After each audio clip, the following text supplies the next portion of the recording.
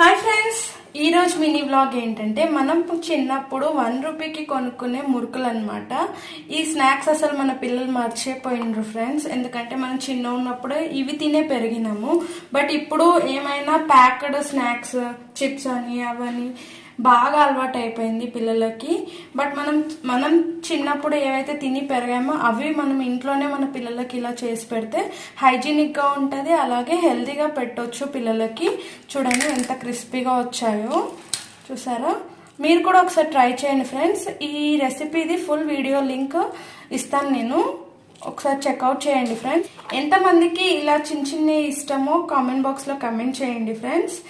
Preservations కలిపిన snacks తినిపించకంటే మనం ఇంట్లో ఇలా హెల్తీగా చేసి పెడితే బాగుంటుంది ఫ్రెండ్స్. మీరు కూడా ట్రై చేయండి. దీని ఫుల్ వీడియో లింక్ కింద ఉంటుంది, ఒకసారి క్లిక్ చేయండి.